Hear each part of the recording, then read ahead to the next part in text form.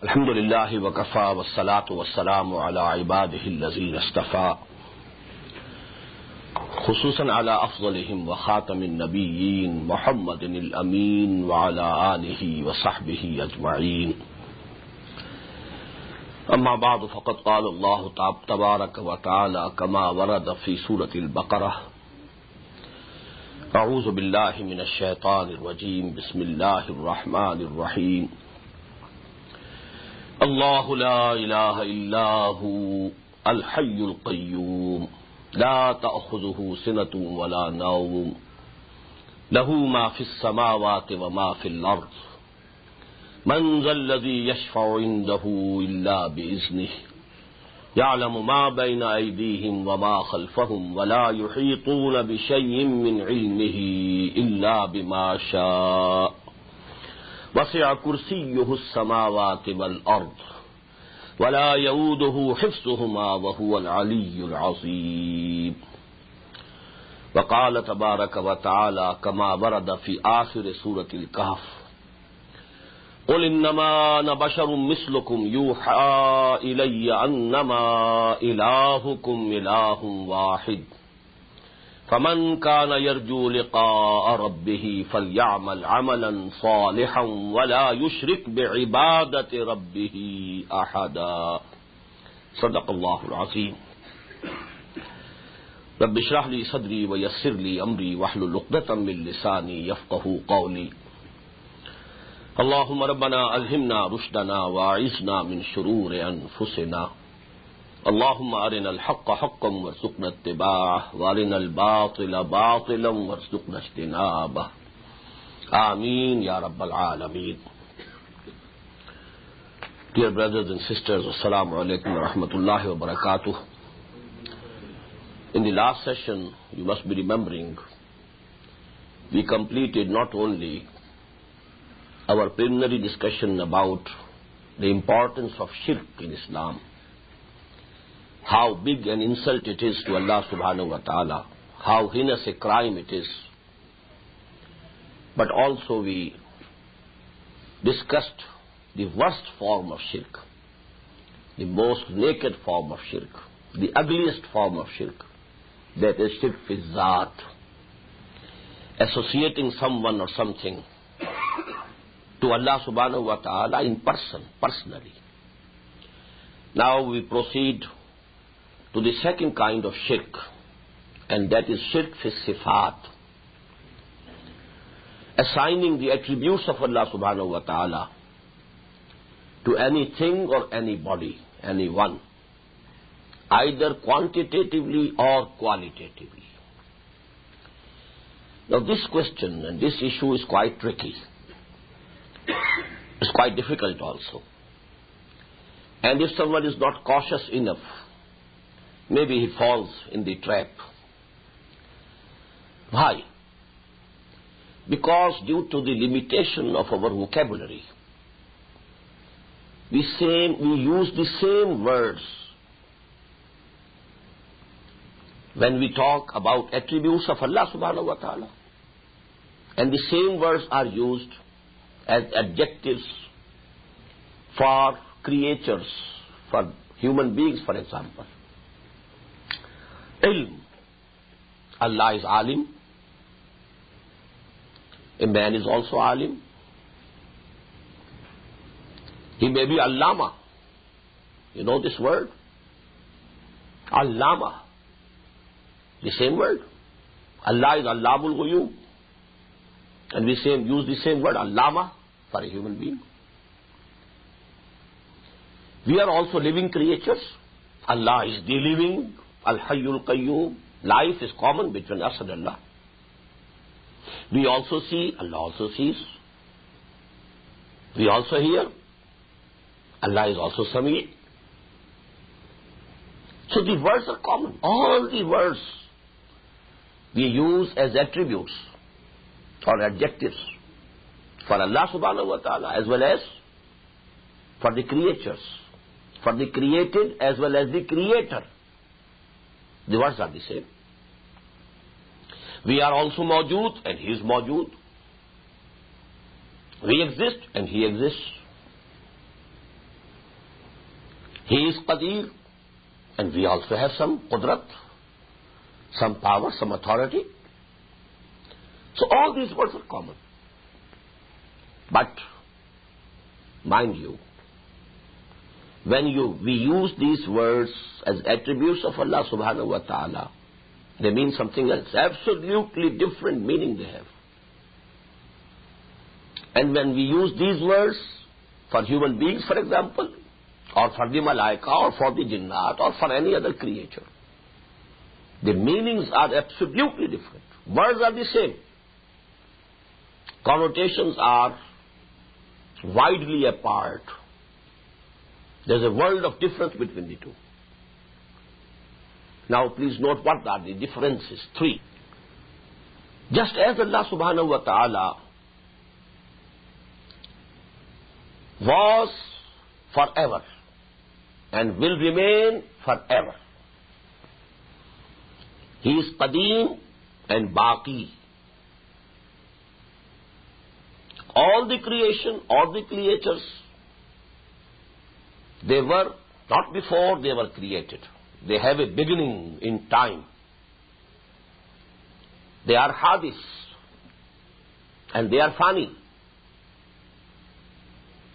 Just as this difference between Allah, the creator, and whole of this universe, the created. This is the basic difference. In the same way, all the best attributes of Allah subhanahu wa ta'ala existed ever, forever. They were with Him always. And they are to remain with Him always. No beginning, no end of His attributes. While the attributes, while sifat for us, they are hadis, they are fani. Allah doesn't owe His existence to anybody else. He exists on His own. In the same way, all His attributes are His own, not given to Him by anybody else. While we owe our existence to Allah subhanahu wa ta'ala. In the same way, all the sifat of all the creatures are given to them by Allah subhanahu wa ta'ala. They are not their own. We call it in Arabic Zati and Ata'i. Whatsoever we have has been given to us by Allah subhanahu wa ta'ala. And whatever Allah subhanahu wa ta'ala has, it is His own, not given to Him by anybody else. In the same way, the existence of Allah subhanahu wa ta'ala, His being, is absolute, infinite. No limits, no boundaries, no bounds whatsoever. And so are His attributes. His attributes are absolute, infinite, have no limits. We don't have in our language any word to express it, except He knows everything. He owns everything. He can do everything. He is omnipotent. He is omniscient. He is omnipresent. These are the only expressions that we have. But technically we shall say, just like His own being, the existence of Allah subhanahu wa ta'ala, His being is infinite, absolute. His attributes are also infinite and absolute, boundless, limitless. Why?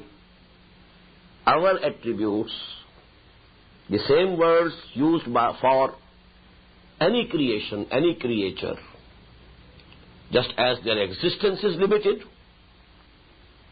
it is finite, their attributes are also finite and limited.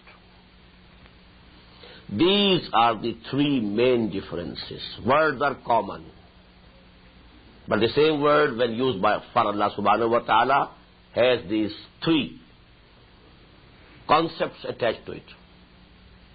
And that very word when used for anybody else, maybe a jinn, maybe a malak, the angel, human being, even prophets, even awliya Allah, even Muhammad sallallahu alayhi wa sallam, all the attributes which they have, they are limited, given to them by Allah subhanahu wa ta'ala, not their own. They are hadis, not qadim. So these are the three main differences which we must keep in mind, and if we are not cautious, we may confuse the two. Now, let me give you an example. We call it in Urdu qudrat, in Arabic qudrah. The authority, the power, is all powerful. We also have some authority. We have also some powers. But if you compare the authority and power of Allah to the power and authority that we have, there can be no ratio between the finite and the infinite. Compared to Allah, we have no power at all. And these are the words in the prayer of istikhara. Many of you might be remembering, because the Prophet ﷺ, the Sahaba say that he taught us this prayer of istikhara just as he taught us the ayat of Quran.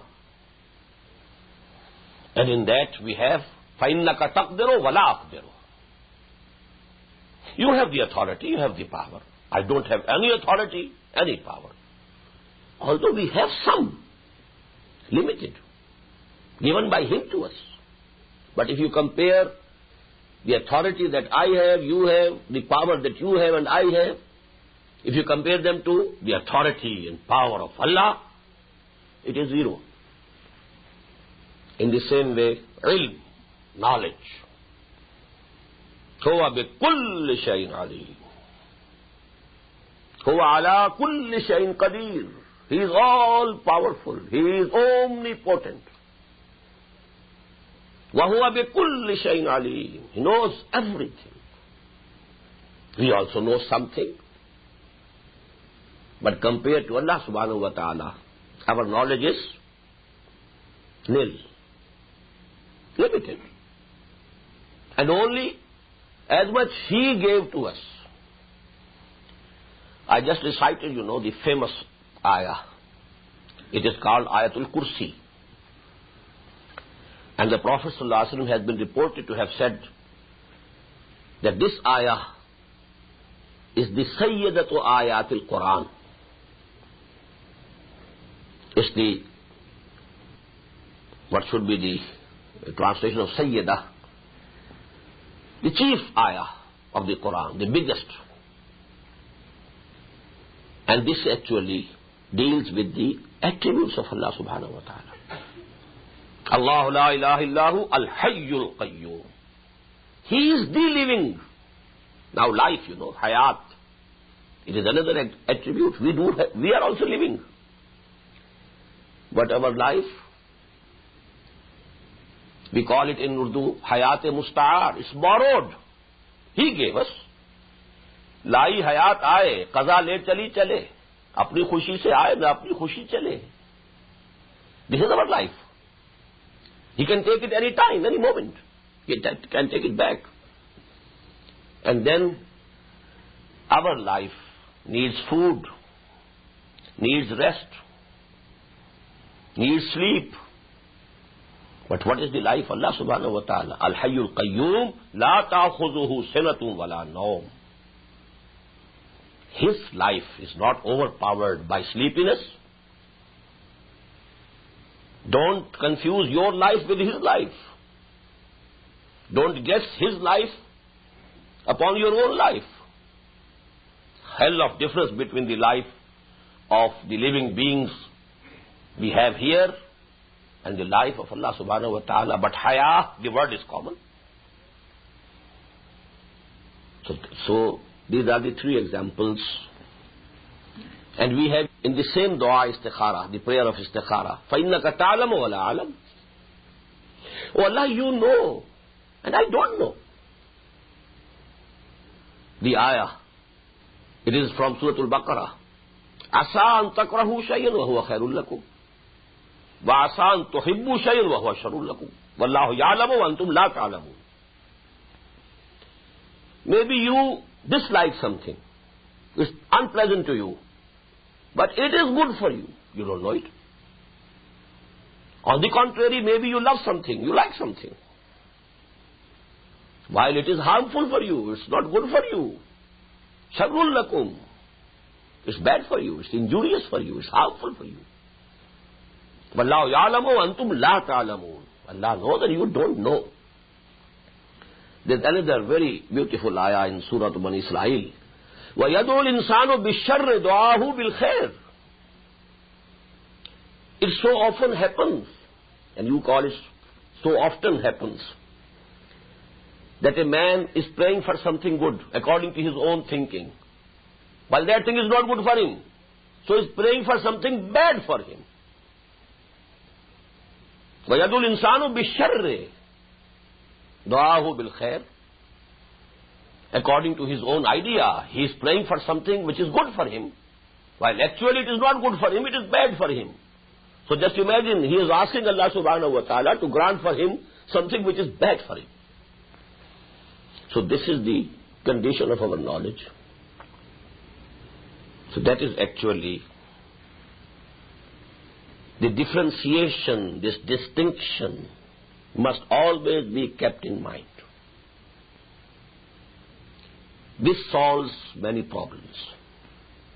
One of the very big controversies among our religious people, sects, is whether Muhammad sallallahu alaihi wasallam had any knowledge of ghaib or not.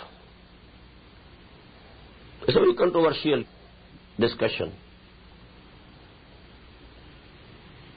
When I went and approached some of those,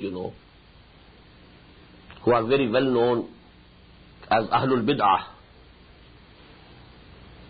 and who believe that Muhammad sallallahu alaihi wasallam had the knowledge of ghaib, the unseen, I asked them directly the question, what's your position actually? Let me know.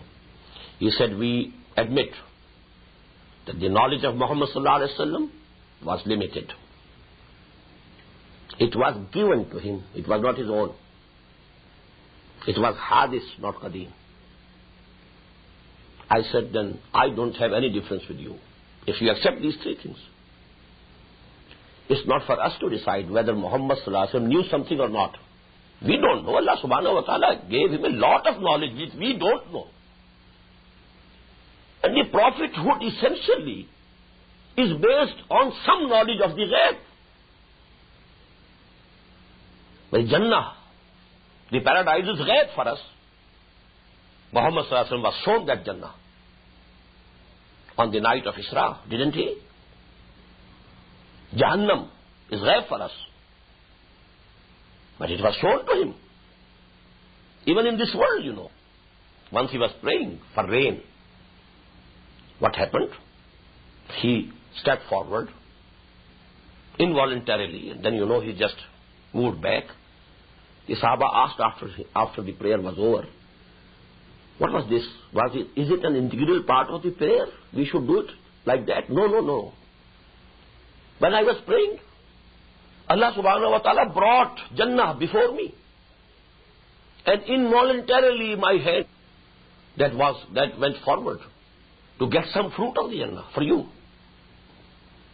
And then the fire of hell was brought before me. And due to the heat, I had to turn back, move back. So this happened in this world. But to speak of Mi'raj, the ascension. So here, the Malaika, they are ghaib for us. But he saw Jibreel, didn't he? وَلَقَدْ رَآهُ بِالْأُفُقِ الْمُبِينِ وَلَقَدْ رَآهُ نَزْلَةً أُخْرَى عِنْدَ سِدْرَةِ الْمُنْتَهَى. But not all ghaib, limited ghaib. Whatever Allah subhanahu wa ta'ala wanted to give him, he gave him.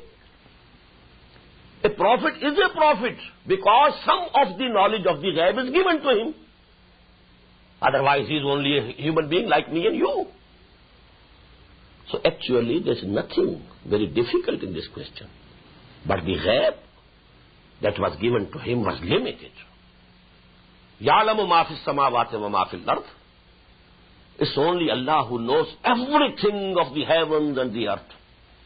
وَلَا يُحِيطُونَ بِشَيْءٍ مِّنْ عِلْمِهِ إِلَّا بِمَا شَاءَ. All the creatures, whether they are angels, whether they are prophets, whether they are messengers of Allah, whether they are awliya Allah, or whosoever he is, they cannot have any knowledge except that which is given to them by Allah subhanahu wa ta'ala. This is Tawheed. So people have made it a very big issue, a very controversial issue. It stands solved, just dissolved, just disappears. No issue at all. And now let me come to the most important topic. I want to say something about Wahdatul Wujud. What is actually Wahdatul Wujud? Most of the Sufiya of Islam who believe in Wahdatul Wujud, what's their position actually? I said in my discussion about the Shirk fi Zat, their pantheism is kufr, is shirk of the highest order. Wahdatul Wujud is something else. What is that? The position of these Sufiya, these mystics and philosophers of Islam, is that compared to the existence of Allah subhanahu wa ta'ala, this universe doesn't exist. It's imaginary. It's not real. Just as compared to the Qudrah of Allah, power and authority of Allah. Our power and authority is nil, zero. فَإِنَّكَ تَقْدِرُ وَلَا أَقْدِرُ. Compared to the knowledge of Allah subhanahu wa ta'ala, our knowledge is zero. وَتَعْلَمُ وَلَا أَعْلَمُ. In the same way, the existence, real existence, belongs to Him and Him alone. This is what the Muslim philosophers call wajibul wujud. His wujud is wajib, necessary being.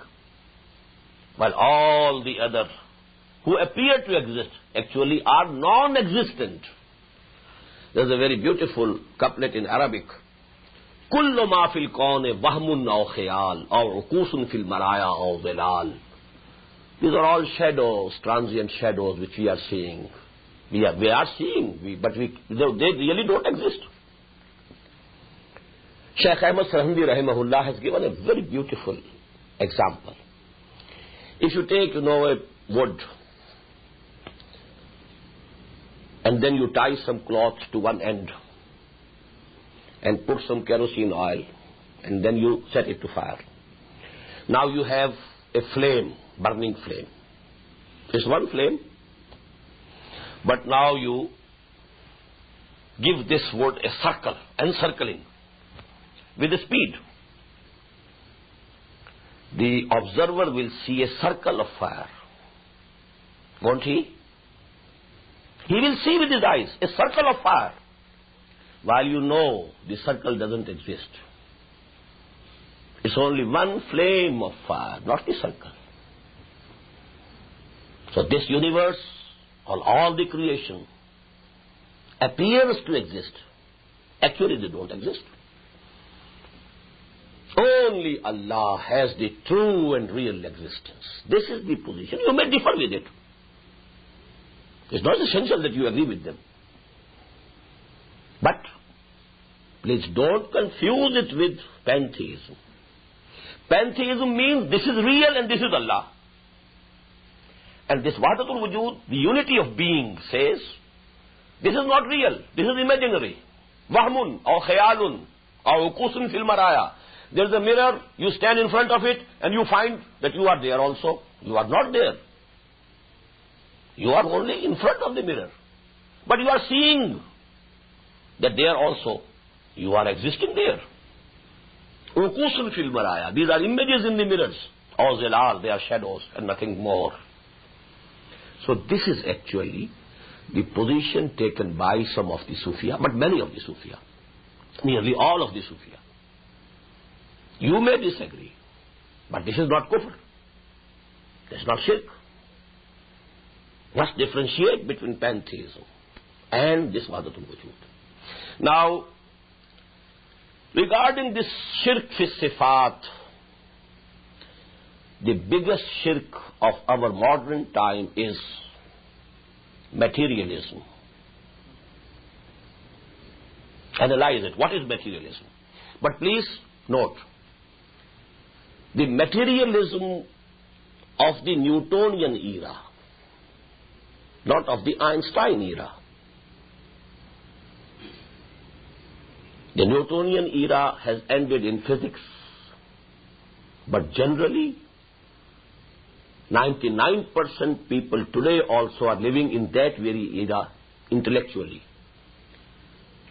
Mr. Guy Eaton, you know, is a very big intellectual, Muslim intellectual, an Englishman converted to Islam. Abdul Hakim is his Islamic name. He came over here. Some of you must have heard him. I invited him to Lahore for our Barkazi Anjuman Khuddam al-Quran annual lectures. He delivered 4 lectures.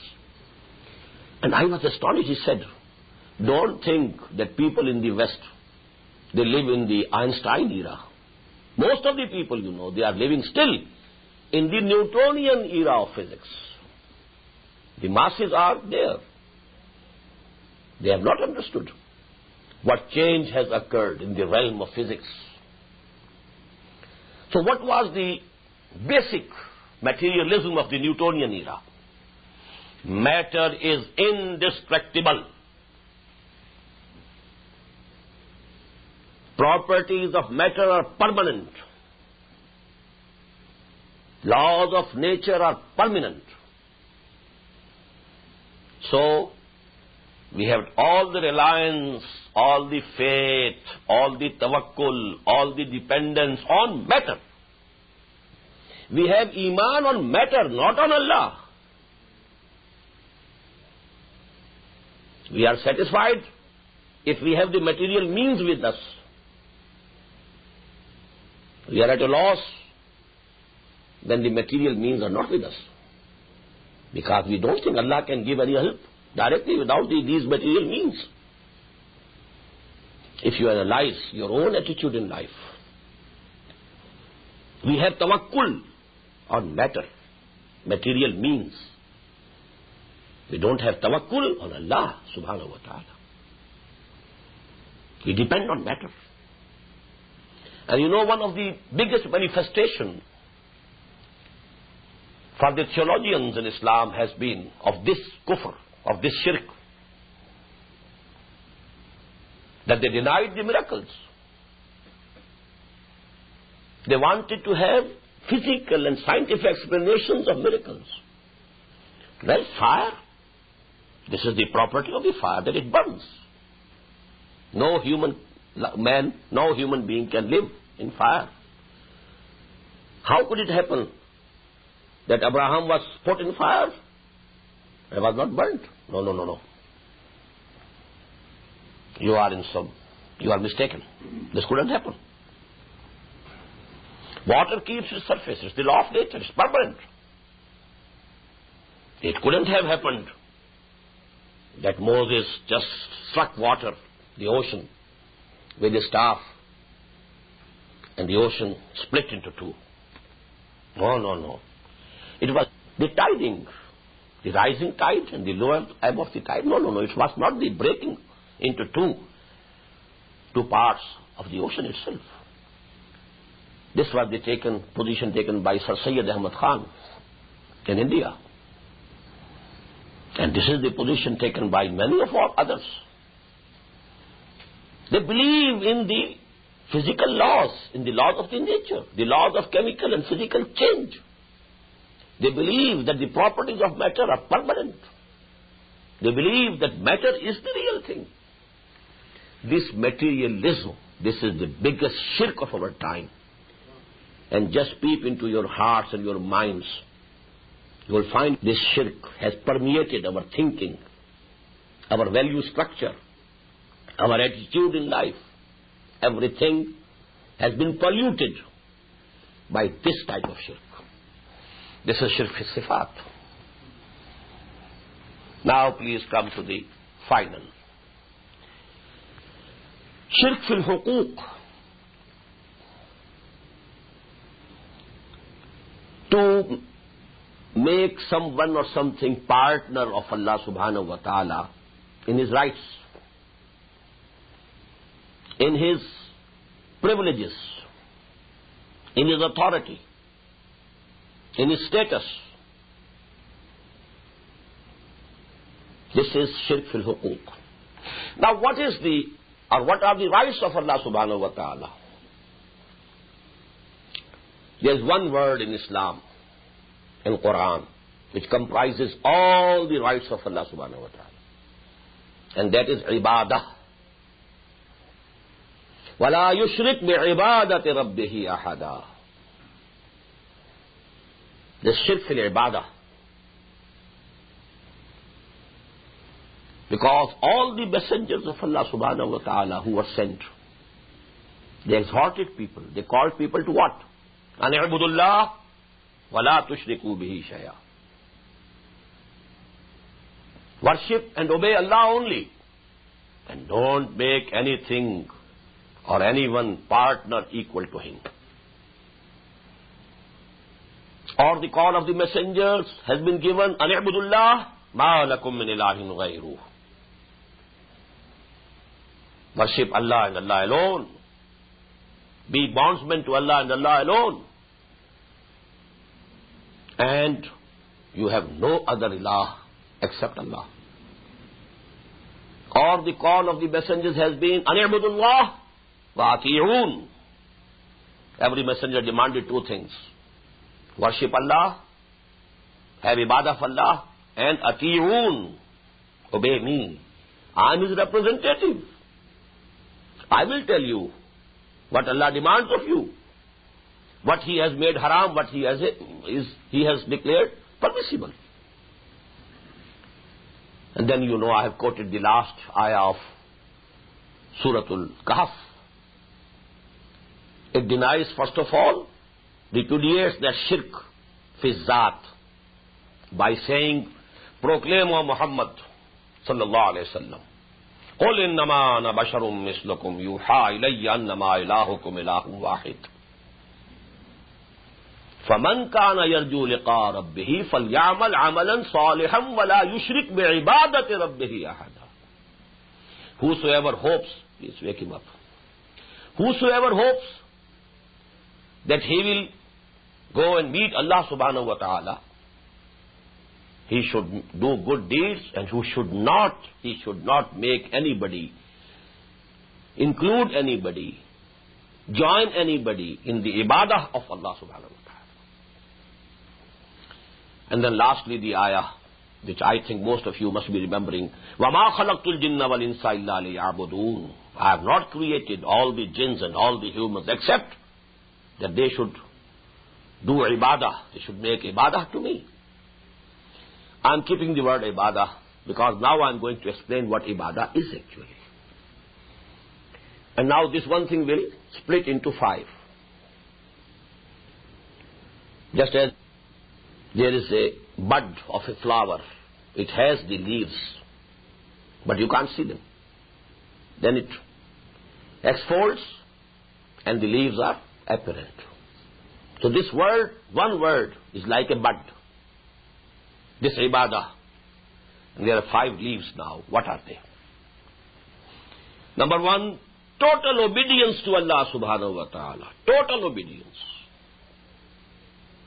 Abd means the slave, the bondsman. Ibadah is to behave as a slave and bondsman to Allah subhanahu wa ta'ala. It's the duty of the slave or the bondsman to obey his master. You have to obey him. That's all. And this obedience has to be total. That partial obedience is no obedience at all. it will be thrown back, on the faces of the people who think they are obeying Allah, if it is partial. أَفَتُؤْمِنُونَ بِبَعْضِ الْكِتَابِ وَتَكْفُرُونَ بِبَعْضٍ فَمَا جَزَاءُ مَنْ يَفْعَلُ ذَلِكَ مِنْكُمْ إِلَّا خِزْيٌ فِي الْحَيَاةِ الدُّنْيَا وَيَوْمَ الْقِيَامَةِ يُرَدُّونَ إِلَىٰ أَشَدِّ الْعَذَابِ. I'm not going to translate it now. So total obedience to Allah subhanahu wa ta'ala is the essential, integral part of ibadah. Rather, it is the major part of ibadah. Just like this body, and we have life in it. The size and weight is of the body. The whole size and weight of ibadah is obedience. And corresponding to the life is the muhabbah, the love of Allah subhanahu wa ta'ala, about which I will talk later. First, let us finish with this first, and that is total obedience. Now, please, take from me, and it's not from me, actually it's from the Prophet sallallahu alaihi wasallam.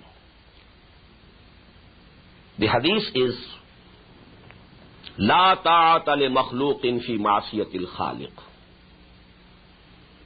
There can be no obedience to any of the makhluk, the creatures, which implies a disobedience of Allah.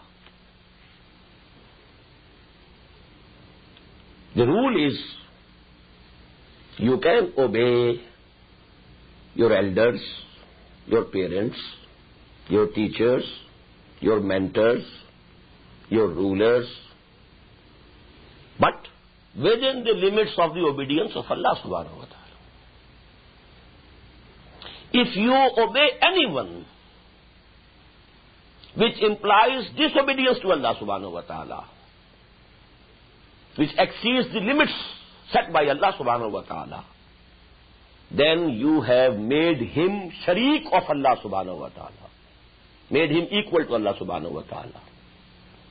Allah is muta', the obeyed one, and there is another one who is obeyed one. All obediences should be at the lower level. The obedience of Allah subhanahu wa ta'ala should be the overall obedience, covering all the human life. Is it clear? Allah doesn't say don't obey. Wife should obey the husband, but not in masiyah. If the husband says something which is wrong according to Sharia, the wife should say, if she is a mu'mina, la sama wa la ta'a, I won't listen, I won't obey. You should obey your parents. وَوَصَّيْنَا الْإِنسَانَ بِوَالِدَيْهِ.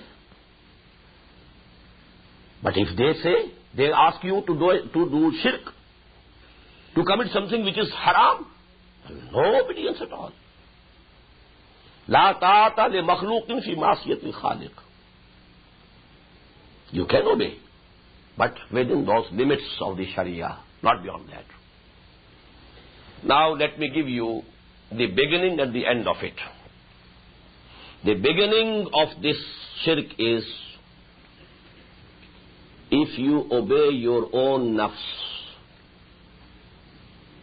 your own animal instinct, in something which is haram, you have made your own nafs equal to Allah subhanahu wa ta'ala. This is the worst shirk that we are doing.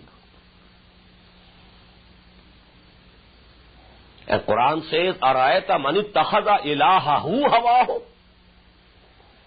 Have you seen, have you noted the persons who have made their own lusts, their own carnal desires, their ilah? They are proclaiming La ilaha illallah, but they are obeying their nafs in haram. The desire is emerging from the depths of your id or libido for something which is haram. Allah has forbidden it. You set aside the command of Allah and Sharia, you obey your nafs. Who is your Lord now? Is it Allah or your nafs? This is the shirk. Araita man ittakhadha ilahahu hawahu. Have you noted the person who has made his own lust, his own desire, his Lord, Ilah. He is saying La ilaha illallah while he has made his own nafs his Ilah. Start from here, and the biggest shirk of our time is the concept of human sovereignty. The corollary, necessary corollary of Tawheed is Anil hukmu illa lillah La yushriku fi hukmihi ahada Walam yakul lahu sharikun fil mulk. There is no partner unto him. He is the ruler. Sovereignty belongs to him and him alone. Sarwari Zeba फ़क़त उस ज़ात बेहमता को है, हुक्मरां है एक वही, बाकी बुताने आज़री. Whosoever claims sovereignty for himself, he is claiming Godhead. He is claiming to be God himself. This was the claim of Fir'aun. Alaysa li mulku Misr. I am the ruler of Egypt. My commands will be enforced. The word which comes out of my mouth becomes law. I don't know who is Allah. I don't know what he has made permissible and what he has declared haram, forbidden. I don't know.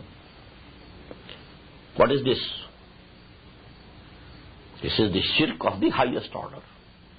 The same shirk has taken the form of democracy based on the principle of popular sovereignty. What's the difference? A single person claiming sovereignty, a whole nation claiming sovereignty.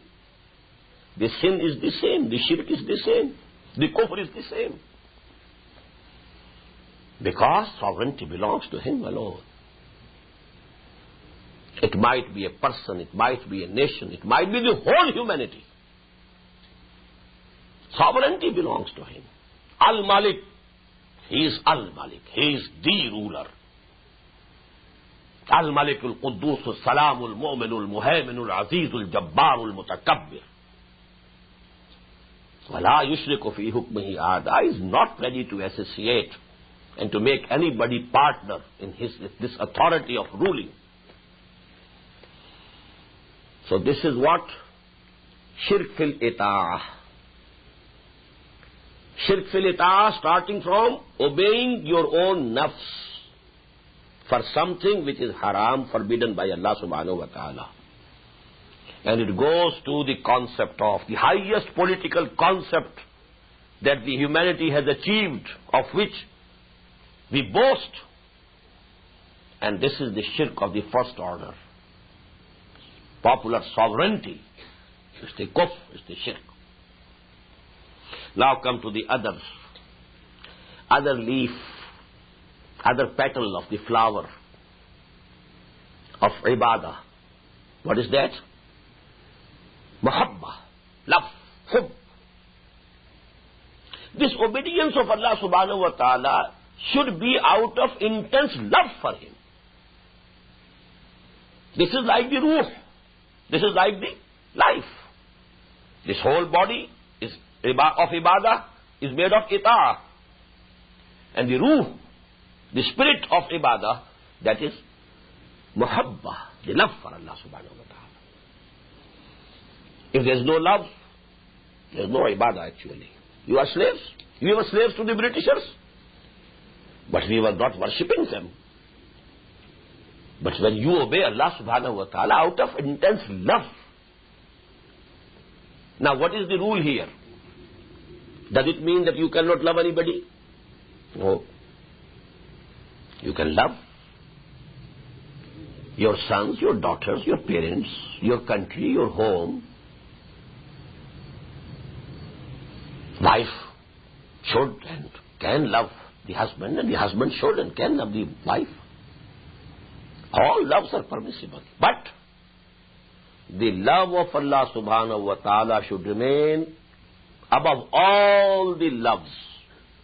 If you love anybody equal to Allah or more than Allah, you are committing shirk with him. وَالَّذِينَ آمَنُوا أَشَدُّ حُبًّا لِلَّهِ. This is the necessary prerequisite of Iman. Ashad. Strongest love should be for Allah. You can have love for wealth, but below, at a lower level, than the love for Allah. And I gave you the ayah, the most decisive ayah in this respect.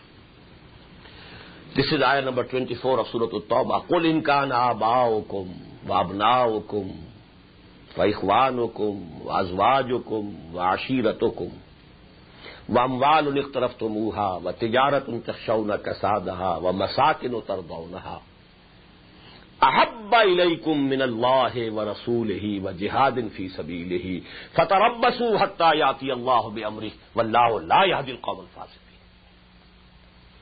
Tell them, O Muhammad sallallahu alayhi wa sallam, if the love within your hearts for your parents, for your sons and daughters, for your wives, for your brothers, for your kith and kin, your relatives, for your wealth which you have gathered, for the buildings which you very much adore and like, and for the business which you have, established, these 8 loves.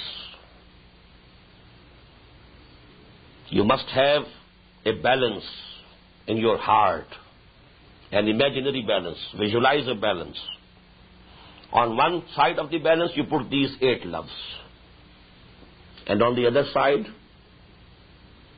love for Allah, love for His Messenger, and love for jihad for the cause of Allah. Now see, which side is going down? If the love for all these 8 things are more than the love for these 3 things, then go away. Fatarabbasu, sit there and wait till we decide your fate. Fatarabbasu hatta ya'ti Allahu bi amri wallahu la yahdi al-qawm al-fasiqeen. Allah is not going to lead these fasiqeen to the right path. Is it clear? Love everything. Love thyself. But love Allah more. And love of Allah and love of the Messenger, they are bracketed together. And love for jihad fi sabilillah is also the third thing bracketed there. These 5 things, all the nearest relations Allah subhanahu wa ta'ala has counted here. Your fathers, your sons, your wives, your brothers, your relatives. Then all the 3 things, your property, your business, and your wealth. 8. On the one side, love for Allah, love for His Messenger, love for jihad, for His cause. On the other side, now see, which one is more? Now if this is the formula, now let me give you again the beginning and the end. What's the beginning? The love for wealth. And you forget the halal or haram. Who is your God? Wealth. The only difference is that the Hindu is also worshipping a Devi, Lakshmi Devi. But he worships the Lakshmi Devi for the sake of wealth. You are not placing any Devi before you, you are straight off worshipping the wealth. There's no difference whatsoever. And I am not saying it. It's the saying of the Prophet. Ta'isa Abdul Dinar wa Abdul Dirham. The name is Abdul Rahman. Actually, he is Abdul Dinar. Because dinar is more lovable for him than the commands of Allah subhanahu wa ta'ala. Name is Abdullah. He is Abdul Dirham. Name is Abdul Rahim. He is Abdul Dirham. Because he loves Dirham. The Darahim and Danarir, they are loved more than the Sharia of Allah subhanahu wa ta'ala. He can put aside the commands, the distinction between halal and haram, due to the love of this wealth. Ta'isa Abdul Dinar wa Abdul Dirham. Woe to the person who is worshipping dinar, and woe to the person who is worshipping dirham. And nobody, prostrated himself before dirham or dinar. What is the worship of dirham or dinar? That you see Allah's commands out of love for wealth. And what's the top of it? Love of your nation, love of your country, what you call nationalism. Whatever is beneficial for my nation, my country is correct. It might be wrong, but it is correct. Principles changing. For your own country, for your own nation, you have different set of moral rules and moral conduct. And for other countries and other nations, you have a different set of rules and conduct. What is it? It means the love of nation, or love of land, or love of country. Actually, it has exceeded the love for truth, the love for justice. And they are actually the love for Allah. This nationalism, this is the shirk of this day. This principle of popular sovereignty is the shirk of this day. Come to the third. Prayer, dua. The hadith says, ad-du'a mukhul ibadah, ad-du'a huwa al-ibadah. Whomsoever you are praying, invoking his help, one help is according to the physical laws. I ask you, give me a tumbler of water. It's also I'm asking for help. But asking for help from some unseen, from those who have died. If you pray to anybody, if you ask for help from anybody except Allah, in the unseen, it is the shirk of the highest order. La tad'u ma'allahi ahada. Prayers can be only for Allah subhanahu wa ta'ala. Don't pray anybody else. No nusrah, no application. Iyaka na'budu wa iyaka nasta'een. The isti'ana, the istinsar, the istighasa. These are the words of Arabic. Should be from Allah and Allah only, none else. There are angels here. Every one of us has 2 angels with him. But we can't call them for help. Can we? No. It becomes shirk. Although we know they are here. Call Allah. He will listen to your prayer. He will help you. He can help without angels even, without any physical means. Or he may send some angel. Or he may produce some intention in some human being. Go and help my son, my bondsman. But you can pray only to Allah and none else. Because this is the essence of ibadah. Ad-du'a mukhul ibadah. Essence of ibadah. Number 4, there are certain modes of worship to glorify Allah. And most important is prostration before somebody. This is exclusive for Allah. Even qunut is also not liked. If you stand somewhat bowing before somebody, it's also a sort of prayer. Forbidden. I told you, the Prophet didn't like anybody to stand out of respect for him. But at least this sajda, this prostration, it is haram-e-mutlaq, with no intention. Before the Sharia of Muhammad sallallahu alaihi wasallam, it was permissible, it was allowed to bow to a certain extent when you meet somebody out of respect for him. But now, the deen, when it has been completed on Muhammad sallallahu alaihi wasallam, al-yawma akmaltu lakum deenakum wa atmamtu alaykum ni'mati wa raditu lakum al-islam deena, any form of prostration, all forms of prostration, except for Allah, are haram mutlaq. Last of all, but not the least,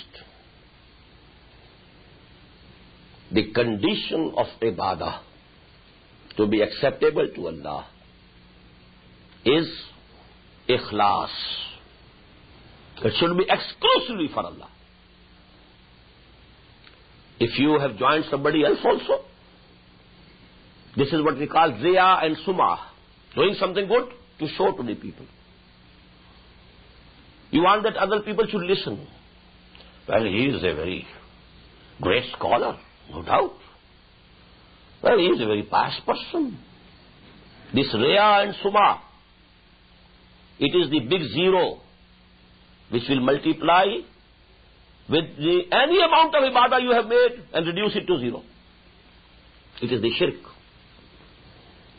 The Prophet said, I had in the very beginning quoted the hadith, Man salla yurai faqad ashraka, wa man sama yurai faqad ashraka, wa man tasaddaqa yurai faqad ashraka. Whosoever is praying, to show to the people. Whosoever is fasting, to show to the people. Whosoever is doing charity, giving alms to the poor, the needy, making sadaqah, but to show off his generosity, well, he has committed shirk. And this shirk can be as imperceptible. The example has been given, the simile given by Muhammad sallallahu alaihi wasallam is that to see this shirk-e-khafi, which is in riya, to recognize it is as difficult as seeing a black ant moving on a black stone on a dark night. The night is dark, the stone is black, and a black ant is moving on it. Can you see it? Just as it is difficult to see that ant, you can't see shirk-e-khafi.